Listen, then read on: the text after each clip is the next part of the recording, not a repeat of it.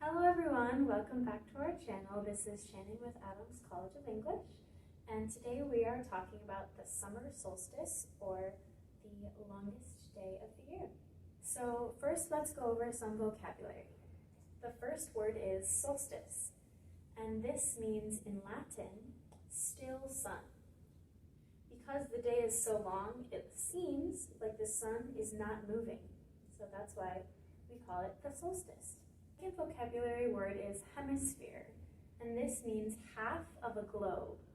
So for us, we're talking about the Earth, which is a globe, and half of that will be a hemisphere. There's northern half and southern half.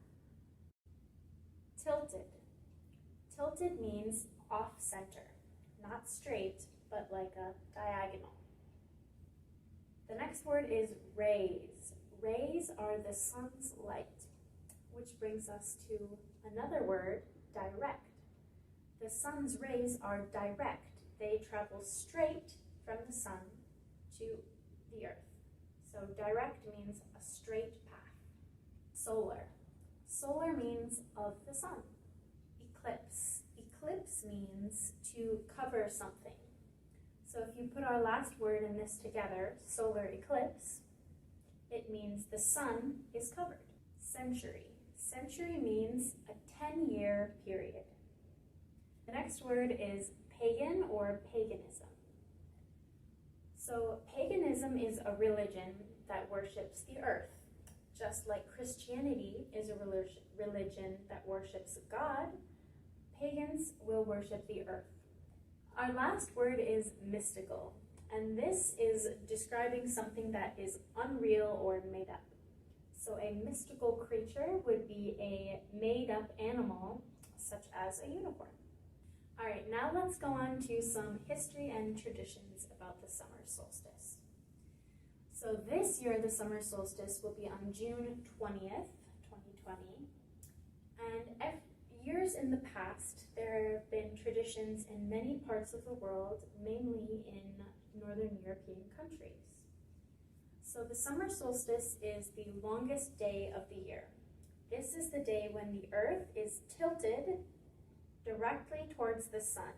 So the northern hemisphere of the earth is getting direct sun rays for the longest amount of time. However, we will not be experiencing the solar eclipse, which is also happening this year. The solar eclipse, like we talked about, is when the sun will be completely covered by the moon. Now, we can't see this year in North America, but countries in Asia and Europe will be able to see it. And then for the rest of us, we can just watch some live videos. Okay, now let's talk about some traditions that have been celebrated on the summer solstice. So one common thing to do for people in the past and also currently is to go celebrate the summer solstice at Stonehenge.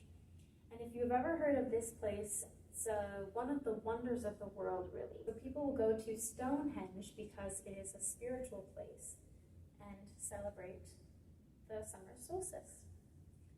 Now in other countries, such as I believe Sweden and Norway, they have another name for the summer solstice, and that's Midsummer's Eve. One way to celebrate Midsummer's Eve is having festivals involving summer fruit and flowers, dances, traditional folk music. So in countries like Sweden, they will have these festivals where they eat traditional foods such as fish like herring and salmon and potatoes. They'll have dances, flower festivals, and a special event called the Maypole dance. And you should really check this out. In other countries such as Norway, they will have large bonfires.